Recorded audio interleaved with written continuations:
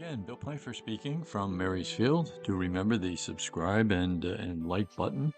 I have a wonderful story for you today, and uh, it's a story that is presented in Max Lucado's book, the best of Max Lucado, a classic collection. It's a nice story, and I'd like to share that with you. It's the story of Maximilian Kolbe, and you know well that God is always the first one to be conscripted into anyone's army. In fact, even the Germans and Nazis had once God with us on their belt buckles. So he's always the first one to be conscripted into any army. And he's always the first one that has to be eliminated by any dictator because he gets in the way of their particular way of wanting to do things.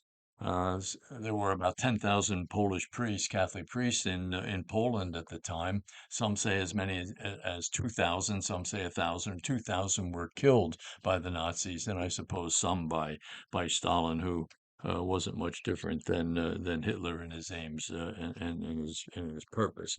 But just let me share this story with you. It's really one that is a real heart changer. It is difficult to find beauty in death, says Lucado. It's even more difficult to find beauty in a death camp, especially Auschwitz. 4 million Jews died there in World War II. A half a ton of human hair is still preserved. The showers that sprayed poison gas still stand. But for all the ugly memories of Auschwitz, there is one of beauty. It is the memory of Gowanacek, as of Maximilian Kolbe. In February 1941, Kolbe was incarcerated in Auschwitz. He was a Franciscan priest. In the harshness of the slaughterhouse, he maintained the gentleness of Christ. He shared his food, he gave up his bunk, he prayed for his captors. One could call him the saint of Auschwitz.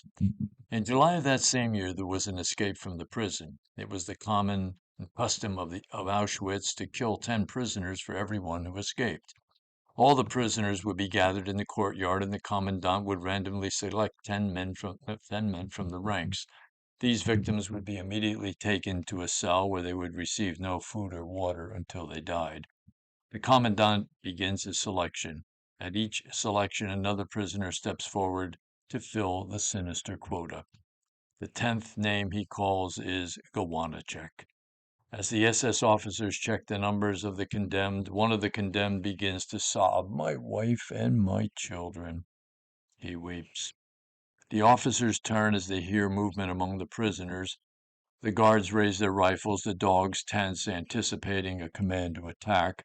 A prisoner has left his row and is pushing his way up to the front. It is Kolbe. No fear on his face, no hesitancy in his step. The commandant shouts at him to stop or be shot. "I want to talk to the commandant," he says calmly. For some reason, the officer doesn't club or kill him. Kolbe stops a few paces from the commandant, removes his hat, and looks at the German officer in the eye. "Herr Commandant, I wish to make a request, please.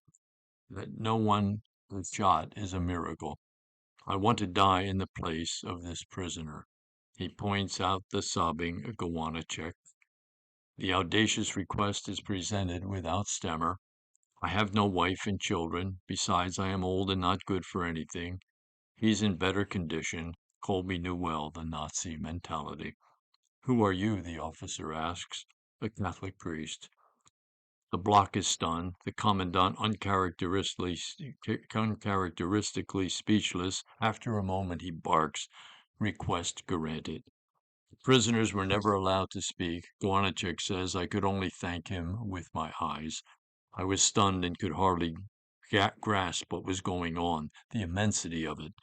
I, the condemned, am to live in someone else that voluntarily and willingly offers his life for me, a stranger. Is this some dream?" The saint of Auschwitz outlived the other 9. In fact, he didn't die of thirst or starvation. He died only after carbolic acid was injected into his veins. It was August 14th, 1941. Gowanacek survived the Holocaust. He made his way back to his hometown. Every year, however, he goes back to Auschwitz.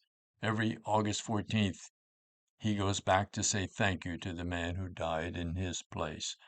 In his backyard there is a plaque he carved with his own hands, a tribute to Maximilian Kolbe, the man who died so he could live. There are times that it takes an angel to remind us about what we have.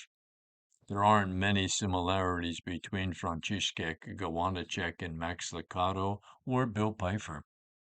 We speak two different languages, we salute two different flags, we know two different homelands, but we do have three things in common. We both had an angel that freed us from the prison of non-knowledge and of not being able to accept Jesus. We both had a Jewish teacher die for us in our place in a way, and we both have learned what we already have is far greater than anything and everything that we might want. Beautiful story, Maximilian Kolbe. Happiness tomorrow always depends on doing the truth today. Good to be with you.